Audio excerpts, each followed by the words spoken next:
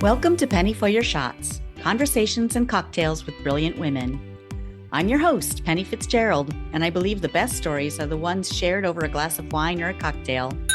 Each week, I sit down with women who've said yes to building something meaningful, often after years of putting everyone else first. We talk business, big dreams, and the mess in between. And of course, a few favorite drinks. So grab a glass, get comfy, and let's pour ourselves into Penny for Your Shots. What if the thing holding you back isn't a lack of strategy, but a story you've been telling yourself for years? In today's episode, I'm sitting down with Dr. Terri Levine, business coach, former CEO, and one of the most heart-centered entrepreneurs I've had the pleasure of talking to. Terri shares how she walked away from a high-powered corporate role, built multiple million-dollar businesses, and discovered her true calling, helping others design a life and business they actually love. We talk about escaping the bro marketing trap, why your ego is not your amigo, and how real successes start when you stop trying to prove yourself and start serving others. If you've ever wondered whether it's too late to pivot or whether kindness and profit can go hand in hand, friend, this one's for you. Grab your favorite drink and let's dive in. Here is Dr. Terri Levine. It's great to meet you, Terri. I'm so grateful for this opportunity and would love to get to know you a little bit better here. Thanks. Yeah, absolutely. So tell my listeners a little bit about you and what you do. So I have been a business consultant for 30-something years now, and I primarily work with entrepreneurs to help them live well and earn well. So first, they create a life design plan so that every area of their life is as juicy and delicious and fulfilling as they desire. And then we create their business, their current business or their new business around that plan so they can transform a lot of lives in a lot less time and make a lot more money. Well, that sounds fantastic. I enjoy it. I love it. That is fantastic. So how did you come to your career? I mean, or how did you find it or how did it find you? Good question. Thank you. So I started out initially right out of college with a master's degree in speech language pathology. And I opened up a speech clinic. That was my first business. And that's really where I learned how to run and operate a business. I didn't know a thing from college. I sold that business and I opened numerous businesses along the way and just kept selling them. And then for 5 years, I took a stint at CEO as a national healthcare company. And I spent 5 miserable years there. I was unhappy every day. I just didn't fit. And then a little over 30 years ago, I made the decision to start being a business coach, consultant, life coach, life consultant, went on to get my PhD in clinical psychology and just knew in my heart that that was what I was meant to do. And I've never looked back. Wow. That is quite a journey. It is. And a lot of learning along the way, right? Learning what doesn't resonate, what I didn't enjoy, and then finally figuring out where I felt at home, so to speak. Mm-hmm. Right. So you were in a corporate role before in healthcare? Yeah, I was CEO of a national healthcare company. Wow. That's no pressure, huh? Oh my gosh, I had 2,800 employees. We had just gone through a merger. There was a system coming for Medicare called Prospective Payment System, which basically meant that the earnings for the company would be down about 60%. And I just didn't want to be there. And I also saw the writing on the wall, and I was right. About 7 or 8 months later, most healthcare companies doing what we did, rehabilitation services, went bankrupt and they're all gone. So I just knew in my heart, this isn't what I can do every day. I'm not making an impact in the world. Mm-hmm. Mm-hmm. So how did you, when you first had that inkling that, okay, I got to get out of here? I remember it. Yes. I'm sure it's one of those, I've talked to a lot of female entrepreneurs who have broken out of corporate, myself included. And there's just always a moment where and maybe you don't know what you're going to do afterwards, but you've got to do something. I'll tell you when that happened.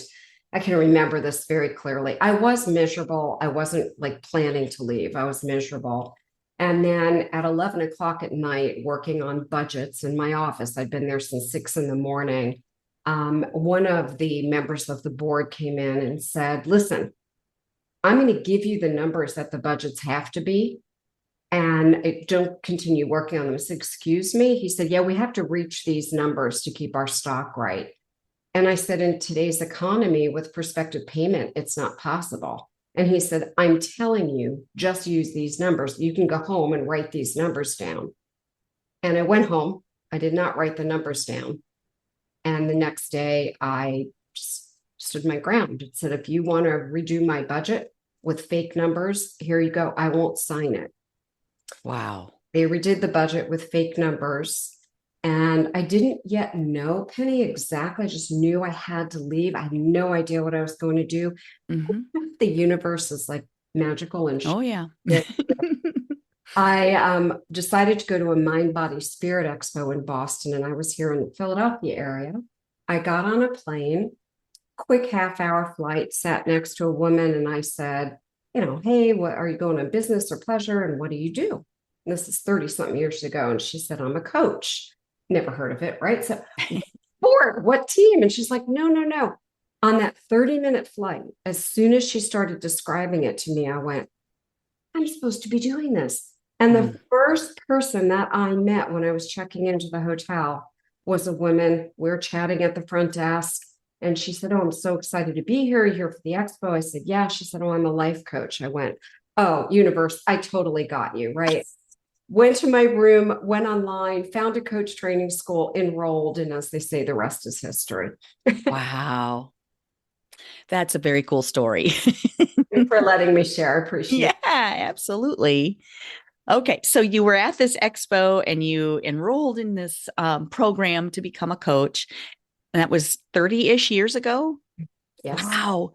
So, okay, what was the path after that? How did you navigate, like what direction to go, like your specialty and all of that? How did you find that? So I will say that it took me 3 months to quit. I carried a resignation letter with me for 3 months until one day my coach went, okay, my mom had passed. You think your mom wants you to be miserable or happy? Such a powerful coaching. I couldn't even answer, and I resigned the next day. Like, it was the most powerful question she could have asked. And then I thought, okay, well, who am I going to coach and what am I going to do? And so I went ahead and I started just contacting everyone that I knew in that same industry that I was leaving, saying, hey, I'm doing this thing called coaching. I'd love to talk to you about it, see if I can help you. I know you're also miserable. And I literally spent the next 30 days just chatting with people. And I had 30 clients in 30 days. Wow.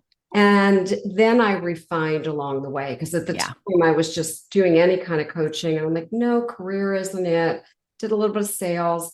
I did a lot of corporate. And then I'm like, oh, I'm right back in corporate. I want out.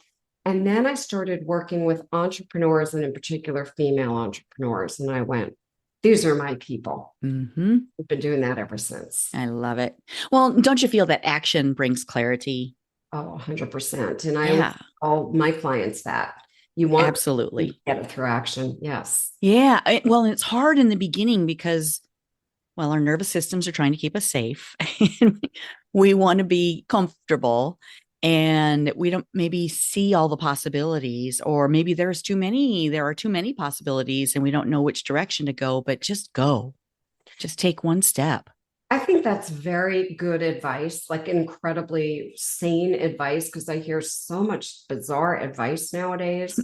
I hear people just saying the strangest things that people can do, and like, and you're going to get clients from that, and you're going to know your niche through that. I just find it so important. Just get in, start doing it.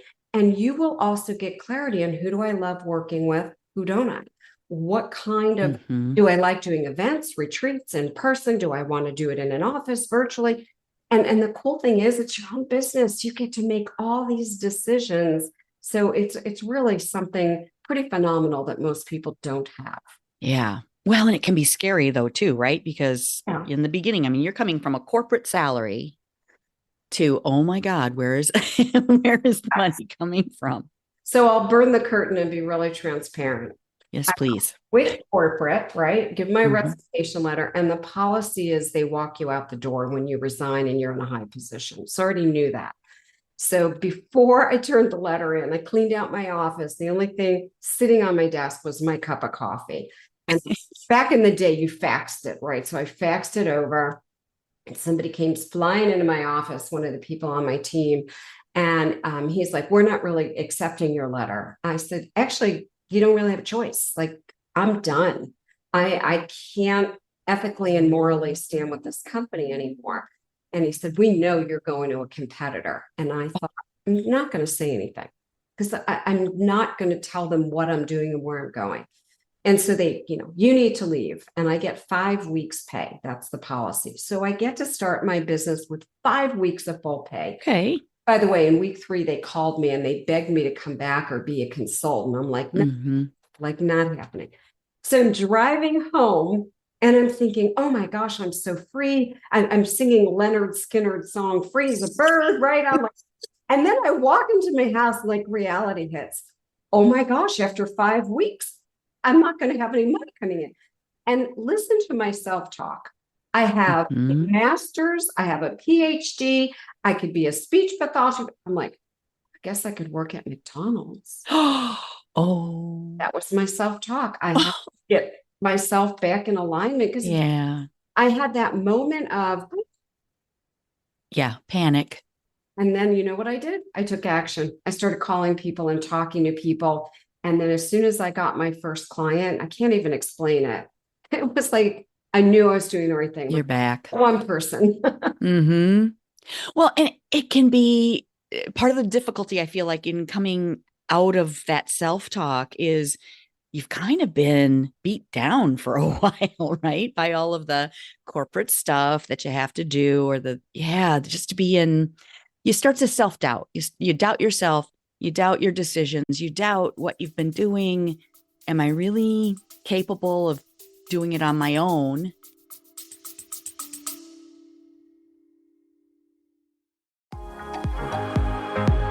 Hello, friend. Let's be real. When's the last time you did something just for you? Enter Wine Camp 2026.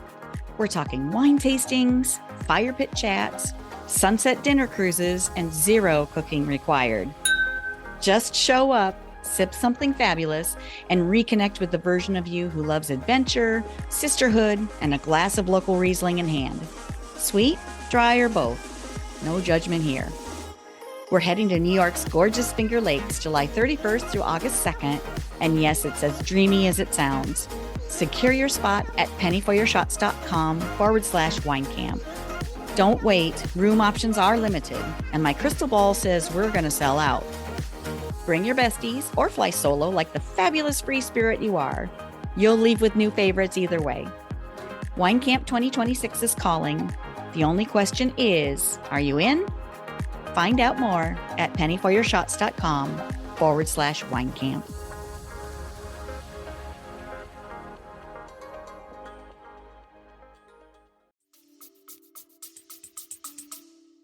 Yeah. What was interesting is that I had so many businesses along the way that had been super successful. I had sold each for one for 1 million, several for millions. Wow. So I had all this experience and track record as an entrepreneur. And when I told my husband, I came home, I was like, I could work at McDonald's. He just started laughing. He's like, "You're kidding, right?" I'm like, no. First of all, I didn't need money. We were financially set. I panicked over having no money because I didn't have corporate salary. And then I panicked like, I don't know how to build a business. And I found that so interesting that was still some old stories and programs running. Well, Mm-hmm. I didn't have to consciously work on shutting down. Yeah, right. Right. Well, and there are so many other considerations for women too that, if you're in a corporate job, it feels safe because you have a salary, you have benefits, insurance, vacation time, all those things. But is it really secure? Not usually. Never, as I said, that company went bankrupt. I can't remember, it was 6, 7, 8 months after. And the person who eventually replaced me thought she was moving into a position of security and then was totally out. Mm. So the only true security I really know we have is when we control our own future and our own lives. You want to make more money? Take on more clients, change your fees. I mean, there's a million different things here. The thing for me is that I've designed my life and now I've designed my business. So everything is the way I want it. And it's really freeing. Yeah. Wow, that's fantastic. Very cool. Okay, so I got to ask you some of your other businesses that led up to that. What kinds of industries were you in, or what did you do in those companies? Oh, I did so many things. So I started as a speech language pathologist. Yeah. And I was just so ignorant. I knew nothing about business. Getting my master's in speech pathology was all about how to treat and diagnose patients. Okay. I opened up a speech clinic. You need doctors to refer. And I'm also transplanted because my husband and I moved from the East Coast to the Midwest. We know no one. And I can't get any doctors to even talk to me. And after a month, I'm like, I'm going to run out of money because I had just enough money to pay the rent for this clinic and buy speech pathology equipment. And I finally talked one doctor, like I begged, and he sent me 3 patients, sent him reports. They were happy. He sent more. And then I kept going to every doctor. Well, Dr. Elkammer is referring. And they're like, oh, okay. So a guy walks into just imagine this, walks into my clinic. We're in the Midwest. Most people are wearing jeans and overalls.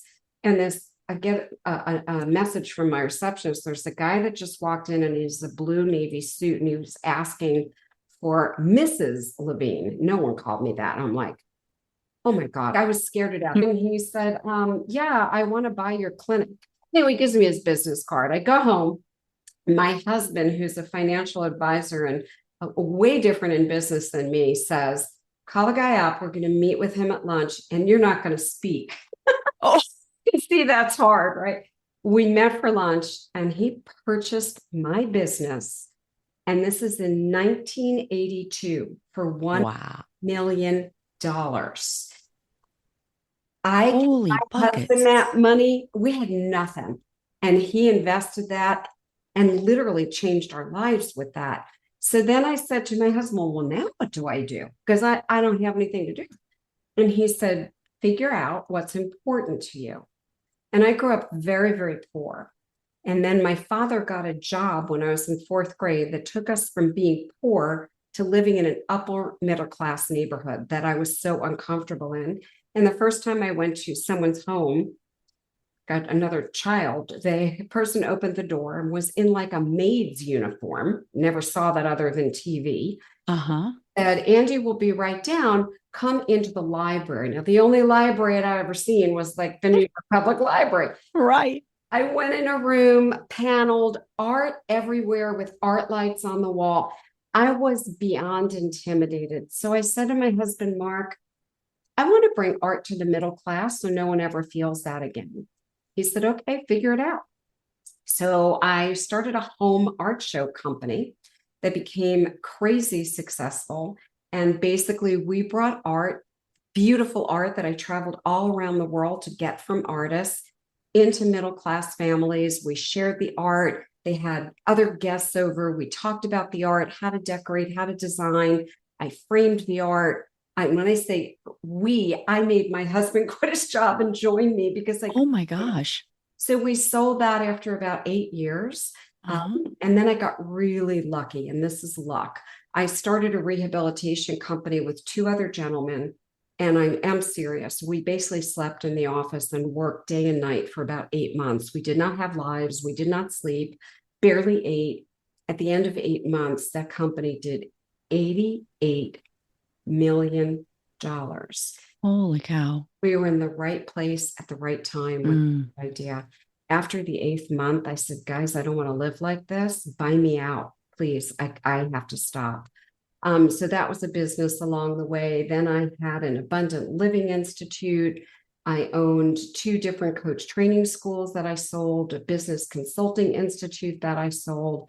So I really started moving into more and more being in the business of transformation. Okay. Well, and you have had entrepreneurship all along. Yeah. How did you okay, so coming from that, have so many questions. So coming from that entrepreneurial spirit, working for yourself and building these businesses and toughing it out and grinding. Okay, corporate is a grind, but what led you to corporate? How did you go from working for yourself to into a corporate role where you're coming in every day and reporting to someone else? A three-letter word, ego. Somehow I thought, Really? swear to you, being able to say, I'm the CEO of this huge national healthcare company was somehow better than saying I'm the CEO of my own company. And my dad was living with us then. My mom had passed. And I think that just made my dad really proud. So it was about like other Oh, people. okay. And I remember coming home telling my husband after the first day there, I don't belong in a job. They don't want to hear my ideas. They don't want me to be, I didn't want to be in the office. I wanted to be out talking to the therapist, going to the nursing home. They didn't want that. I'm like, I don't think I belong here. And yet I stuck it out for 5 years, and I'm being very, very sincere here. Every day for me was miserable. I was unhappy. I'm only 5 foot. I'm really tiny. I had gained 60 pounds. So I weigh about 100. I weighed 160 on this tiny little body. I was just eating myself miserable in all Mhm. seriousness. And once I left, the weight came off. My hair had been like falling out. Oh gosh. Everything changed. Yeah. Yeah. And sometimes those physical signs are the ones that creep up and you don't really see them happening because they're happening slowly, and you're part of it. So you don't Yeah. see it. Yeah. Yeah. So Wow. a friend of mine uses the expression that I love. He says, your ego is not your amigo. And I look at that That's experience. clever. It's really a good expression as being totally caught in my ego. Somehow Mm. outside of myself, I felt that this title made me important. And Mm. when I woke up to, look how sad and unhappy I am, I never wanted to talk to friends or family on weekends or go anywhere. Because I Mm. just like, I talk all week. I have people bothering me all week. I just want to be alone. I would sleep hours and hours. That's depression. I just Yeah. recognizing what was going on with it. Mm. Hmm.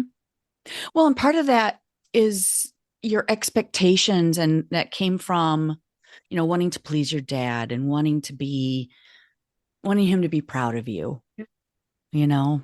Yeah, we put so much on ourselves because of those internal and things from our when we're really little kids, even just stay with us for so long. Yeah, one of the things my dad and my mom told me that I had to literally deprogram was you just work really hard your whole life, just put your head down and work, and quote, someday you'll get to retire. Mm. So the first book I wrote about 30 years ago is called Work Yourself Happy, because my parents had embedded in me like literally working myself sick. And it just changed everything for me, like getting that story and going, I'm not going to live like that. Hmm. Out for my parents. It didn't work out well.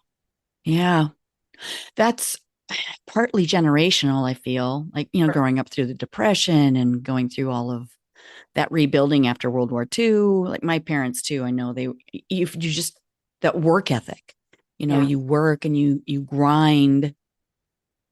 Yeah. Ugh. However, since you mentioned grind, I am really sad. And Hmm. I hope you don't mind me calling it this. I call it the bro mentality. Oh, Come on, bros, let's hustle and grind. Let's ring a bell when we get a client. Let's put up awards of how much money we make. I just do not like that energy. thank you for saying that. It's so transactional, and it's Same. not Yep. how I choose to live. Yeah, sorry. I Exactly. had to be very, very clear on that. No, I am so on board with that. I love that you said that because it doesn't work when from a heart-centered place. It's not in service of others. It's like it's competitive. It's um yeah, it's Yeah, it doesn't. it's all that bro energy. It's bruh. Yeah. Well done. Yeah. And working together as a team to accomplish a goal, that's fun. Cheering each other on, lifting each other up, helping each other achieve something together in service of others. You know, In that's, service of others, you nailed it. yeah, that is just a blast. And I feel like women are so in tuned to that. We are wired for that. And when we go into a corporate scenario, quite often we're put into that competitive against each other, and it's a pie. And there's a zero sum game where you're going for that one piece of pie and only one person can have it. Like, no, no, no, no, it's not a pie. There's enough to go around. There's abundance. There are so many things you could do with what where your gifts lie and where your talents are. So find what works. Where can you fill a need? How can you be of service to others? And let's support each other and lift each other up to serve each other. Exactly how I feel. I love like communities, whether it's Facebook or LinkedIn or in-person events, when people are all supportive, coming from abundance. And you know what? It doesn't matter if you make X dollars and someone else makes more or less. None of that is important. And as women, we really need to be cheerleaders for each other, especially today. There's just so much going on in the entire world. And if I can make one person's day, one person's minute, I feel like I'm contributing to the world. I was at the grocery store, I guess it was this past weekend, and the woman in front of me, I could just see she was really struggling. She had one little kid, she had a kid in the cart, she was trying to put the food on. I said, I'll unpack your cart and put everything up there. And she looked at me like, why would someone do that? I'm like, you got your hands full. So I put all the stuff up there. And she turned to me as she was leaving. She literally had a tear in her eye. Oh, She said, I just don't find people being compassionate anymore. And you just made my day. And I thought, I did nothing. I did the littlest thing. And so I try to live in that way. Let's add value to each other and each other's lives, businesses, and let's not beat each other down. We're all sisters. right. Right. Be in collaboration with each other, in support of each other. And incidentally, there's money to be made with that. It's not like you choose one or the other. You don't choose to be kind, so you're going to stay poor. Exactly. Exactly. And the more, in my experience, that you just open your heart without any attachment, I don't need anything reciprocally from her. So you just open your heart. And Yeah. amazing to me, just when I live more and more in this way, how much shows up in terms of amazing people, collaborations, partners, like the most amazing clients. And like all I'm doing is just keeping my heart open Mhm. and being the best person that I can possibly be. Right. Right. Yeah. I think our business only grows at the speed that we do. I like that. Very well said. Yes, I agree. Yeah. We have to be open to change and open to learning new things and open to opportunities when they pop up. So I'm a continuous learner. I say yes to almost everything that shows up. I'm like, Hmm. showed up. How is this for me? Okay, I don't know. Um, and I literally love to meet and talk with people who are completely different than me, completely different beliefs, religions, sexuality, whatever, so that I can learn to embrace more of the world, more cultures. And, every day I try to learn at least for an hour something new, something I Hmm. don't know, or something I think I know that let me hear someone else's perspective. Hmm. Yeah, it's interesting when we think we understand something where we may have a tip of that iceberg, but Yeah, I have a client she's so techie, she's amazing. And I was sharing something the other day, and she said, oh, I have something to add. Can I add? I said, yes, of course. And literally, it's a shortcut that probably saved me and my clients an hour a week. nice. I tell my clients, like, I don't know everything. I know what I know. You all know what you know. We're a collective of energy, which is why I like to work with them in groups. There's so much synergy and synchronicity.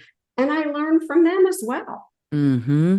That's awesome. I love group coaching too, because when one person may have a question, but they don't know quite how to ask it, or they're afraid to ask it, or maybe they haven't even come to the question yet. It hasn't been made, present, known to them.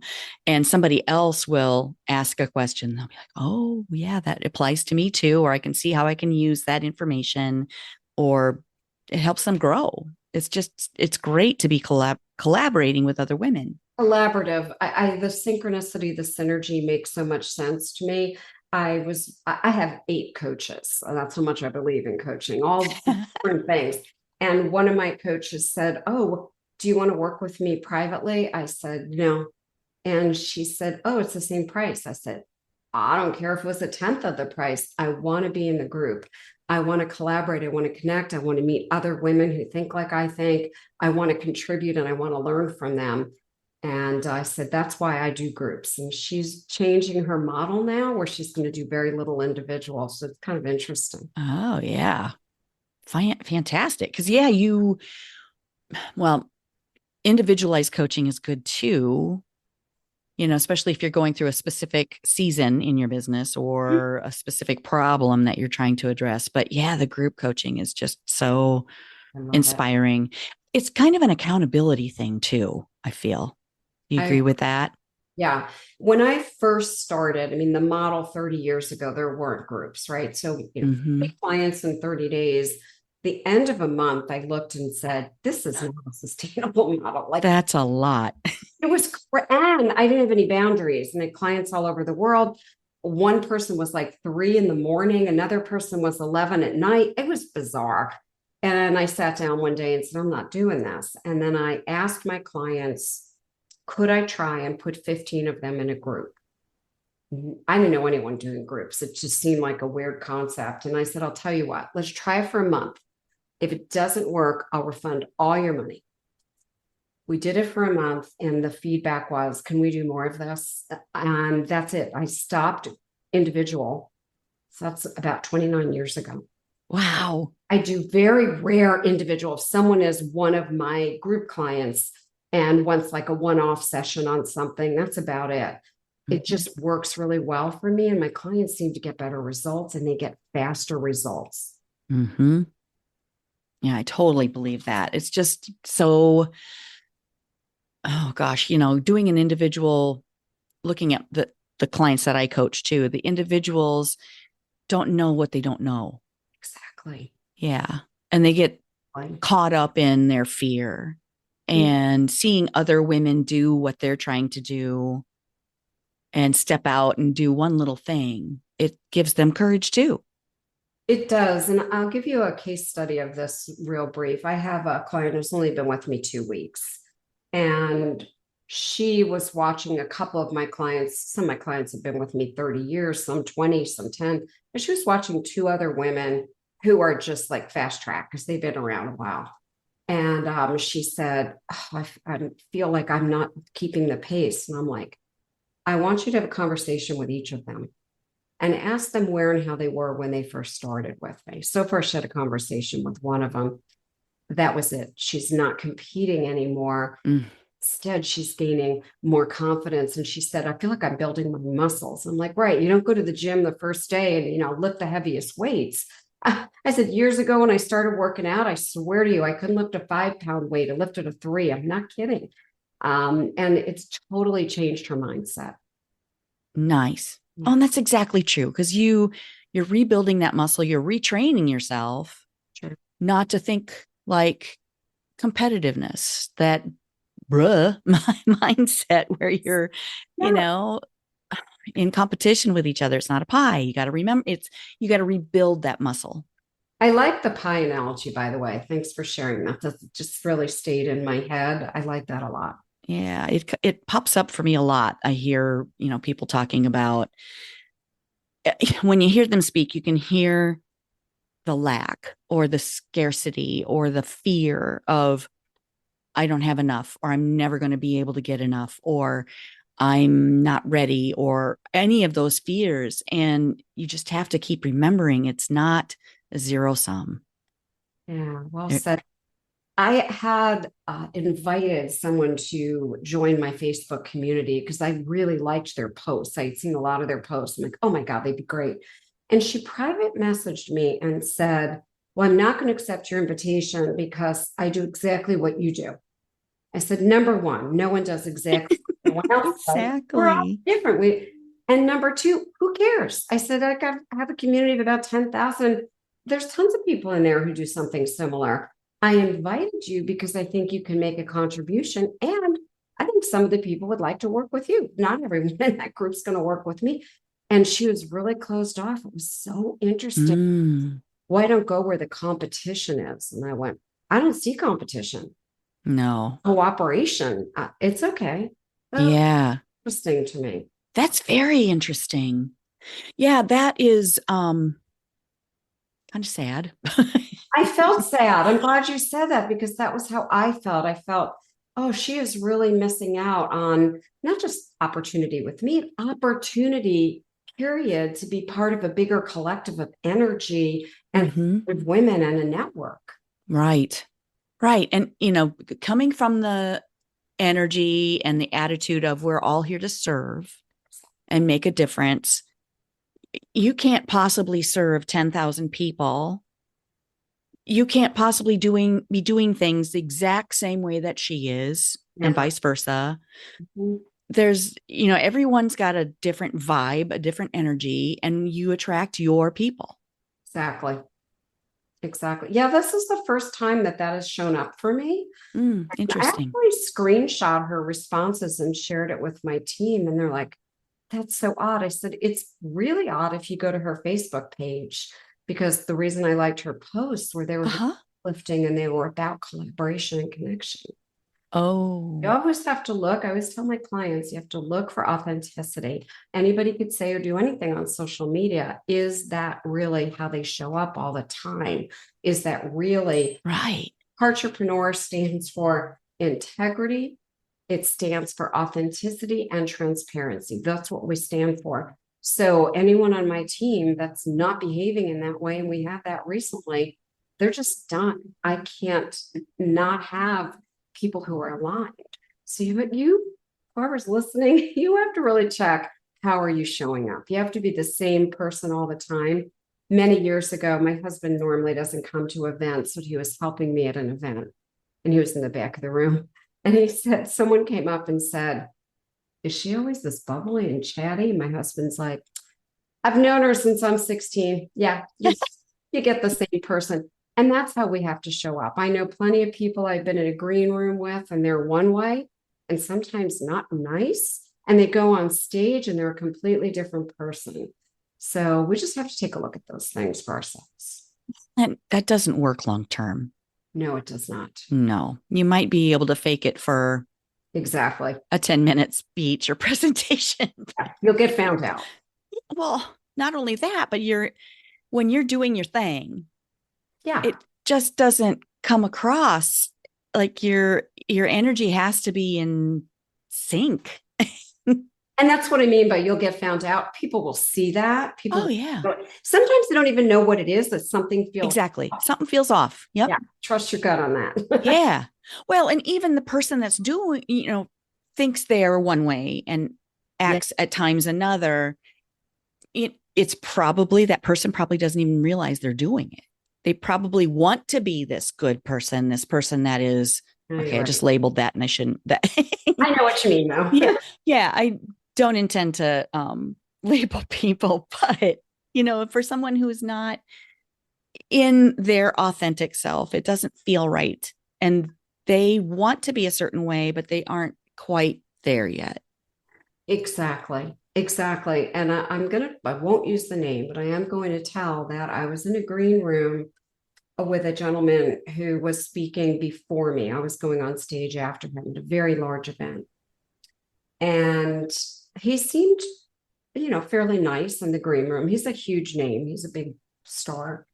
And right before I went on stage, we had a break. And so I was sitting in the green room when he came off stage, and he came in the room full of the other speakers. And he said, I'm not going to use the curse words that he used, but this audience, what a bunch of jerks, idiots, blah, blah, blah, and went on because he didn't have good sales. The people he serves were at fault. I think my jaw was just, I could close my jaw. And I thought to myself, you know what? I never look, and this is true story. Don't look at the sales from an event. I look at, do I think I impacted one person? There could be 200, 500, 10,000. Did I help one person? So I went on stage. I had a ball. And if you ask me, how was the audience? They were amazing. They were Mm-hmm. speaking it up, and I could see light bulbs going off. It was so interesting to me. And I think that was the last time. Yeah, it was the last time I accepted being part of any event where it was people pitching from the stage. I'm like, you know what? It's not the thing that feels good to me. And you have to know Mm-hmm. what feels good to you. That was not Mm-hmm. for me. Well, it's one thing to pitch something, but it's another thing to expect sales. Yeah. You know, I mean, And create your office. right. I mean, you're there to serve them. You're there to make an impact. And the pitch that you give hopefully is taking them to the next level. It's their commitment to, I want to make an investment in myself to do this other, to take it to the next level, to learn more, to grow. And if you're doing it from the right place, it doesn't matter to you as long as you have impacted them in a positive way. Exactly. Exactly. I mean, there's events where I quote sold or the audience has bought a ton of Mm-hmm. stuff. Yeah. Other events where maybe they didn't. It doesn't matter. Label one is this was a better event. I really go internally to myself. Did I do what I was supposed to do? Mm-hmm. The best version of myself, deliver, make an impact on at least one person in the audience. My work is done. Yep. How I feel. Well, and if you did, which you will, if you did, then those results will come later. At some point, you're going to get results from everything that you do in service of others. I have to tell you a funny story about that. I spoke on cruise ships for a while, and this was like 20 years ago, maybe. Mm-hmm. It was really fun. I really enjoyed it. And people would like go to all my talks. I had these like little groupies, and then they followed me on social media and email. So it had to be 10 years ago. Social media was around, and email or whatever. I had somebody contact my company in April, I believe, a couple months ago, and ask how they get to work with me. And so we sent them some stuff, and I saw their name, and I went, can't be. I remember somebody like following me around and asking me a million questions. So I got the person's info, and I sent a voice memo and said, where did we meet, or how did we meet? And I might be saying something crazy. Was it when I was speaking on the cruise ship? Person said, yep. And I've followed you ever since. And now is my time. I went, who knew that I could impact someone who would hang around for 10 years until they could work with me? 10 years. Just never know.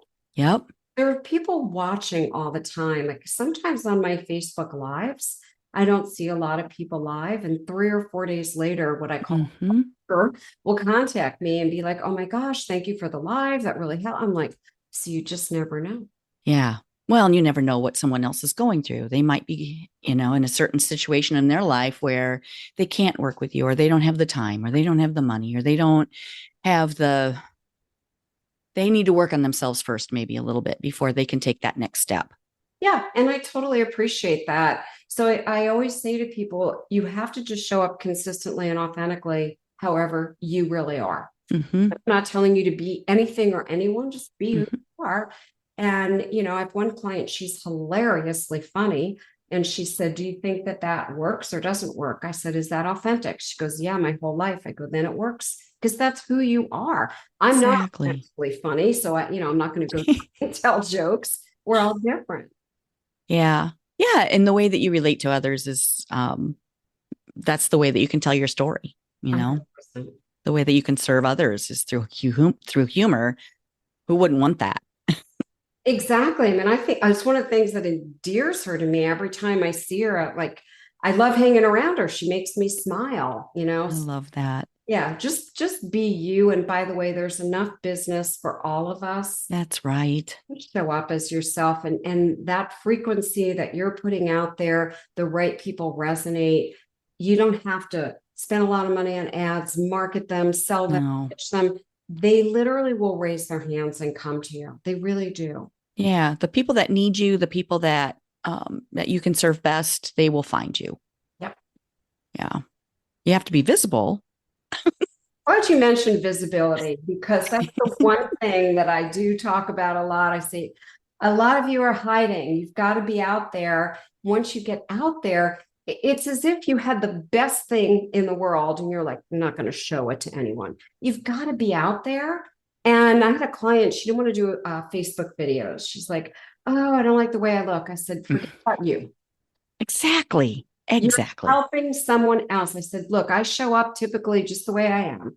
My hair is the way it is. I don't wear a lot of makeup or any makeup. I'm just me. So she started doing, and she's a naturopath who does this really interesting videos for women on different issues that we have. I love watching them. And all of a sudden, she's like, I got 17 new patients in the last 3 months. I said, well, what was your average prior to that? She said, like maybe 7 in 4 months. She goes, what am I doing different? I go, you're following the advice of being visible. And for her, it's the visibility of showing up. Not perfect. She's got lots of imperfections like we all have, and she's perfect with those imperfections. Exactly. Yeah. Get out of that fear. We're so afraid. It's an ego thing again. Yes, it is. Yeah. But that ego is trying to keep us safe. Yeah. I mean, we need that piece of us. And we also need to know when it potentially is getting in our way to push it out there. That's right. You're not the boss of me. Good saying. Oh gosh. Okay. Well, we have been chatting a minute. At the end, I love this. But at the end of my episodes, I love to ask my guests a little fun question. What is your favorite beverage? Do you like a glass of wine? Do you have a favorite cocktail? So my clients will tell you, you never see Terri without a cup of coffee. I love it. Me too. I Well, know in the morning. it's my vice. Okay, mine is all day. It is Oh, my vice. I happen to love the taste of coffee. I just say, and it's not for the caffeine because I can go right to sleep. And I've oh, given up. I don't get migraines the times I've done it. I just happen to love it. So it's coffee. mm, Hot or okay. cold? And black? Do you like a black cup I of like coffee or? black. I like it hot. I like it cold. I just love it. Wow. Okay. That's cool. I have a girlfriend who owns coffee shops and she's really Oh, into it. I wish I had her in my ear right now to ask you the right questions of what kind of you like. Wow. Fun. Okay. So no adult beverages. You like an espresso martini? Because those are pretty fun too. for adult beverages, red wine is my go-to. Okay. My husband invests in wine futures, so we have. Hold on to your chair. We have over 5,000 bottles in our basement, which is like a whole wine storage. But they're wine futures. So some of them we're not allowed to drink for X amount of years, and then some of them he sells. But I do love on weekends to have my red wine. Okay. Now we're talking. Okay. So my husband bought some Joseph Phelps insignia on futures when we were engaged. And we have opened one of those every major anniversary. So yeah, we have one to open this year. This is our 20th year. Oh, congratulations. That's beautiful. Thank you. Thank you. Yeah. So we're excited for that. But so some of the ones that your husband collects or that you both collect, you don't drink they're for selling Yeah, so I'm going to give you an example. investments. He's the guy that does this. So he bought, Okay. this is about 8 years ago. He bought a champagne for $100 and he Okay. bought 10 of them. Okay. And this summer, he sold each of those bottles. Are you ready for this? Mm. $3,000 a bottle, right? And so this is me. Can we just keep one? Yes. I mean, yes. And he said, I have others that are just as good. No, Oh, because these aren't made anymore. They're super rare. And he said, Terri, we've already enjoyed, and he's right. We've already enjoyed some of these. So let other people experience this because they're not available anymore. okay. To that. However, he does have a very special bottle that we're opening in 2 weeks. Okay. Well, okay. Can you share what it is? Do you I remember don't what know, it but is? once I have it, I'll let you know what it is. Okay. I Okay, just know cool. it's a gorgeous bottle. I've never seen a bottle quite this beautiful. I'll probably keep the bottle. I'll save Oh, it fun. for you. Yeah, that's cool. Yeah, we sometimes keep our bottles too, just for, a Yeah, trophy. that's what they are. Yeah, exactly. Wow. And I love good bubbles, good champagne. Do you remember which one the champagne was that he was selling? That I don't remember either. Okay. Yeah, I was like devastated to see those bottles go. And Oh, I also do feel like I did have some of that, let other people enjoy it because they can't get it anymore. it's a really nice gesture, a nice thing that to allow others to enjoy it too. Yeah, and the price of it just was astonishing to me that people would pay that much for a bottle of champagne. And literally, I think he mentioned it on one wine thing that he's in, Uh-huh. and there went all the bottles like within an hour. They were all gone. Wow. Yeah, That's amazing. Yeah. So, yeah, when they're stored properly, exactly. all of that makes such a big difference too. Yeah, exactly. And that's his little hobby and passion. I get Oh, the benefit of drinking it. I would love to be a mouse in the corner and have your husband and my husband have a little chat. That would be really interesting. I'd love that. Yeah, we could have a glass of bubbles in the corner and watch that. I'm with you. Okay, it's a deal. Love it. Okay, so do you have a fun memory sharing a lovely bottle with your hubby or with friends? Yeah, I really do. And unfortunately, one of the friends passed almost 2 years ago, a young Oh, I'm man, sorry. yeah, of cancer. However, it's a beautiful memory. We went to a winery, his wife, him, my husband, and me. And she was all dressed up and I was all dressed up. And the owner of the winery just really loved how much we loved the wine. So his wife came out and said, I'm going to cook you all dinner and we're going to open some wines we never open. Ooh. So we're sitting there, we're having all this wine. And I said, oh my gosh, my feet they were killing me. I was wearing heels and dressed up.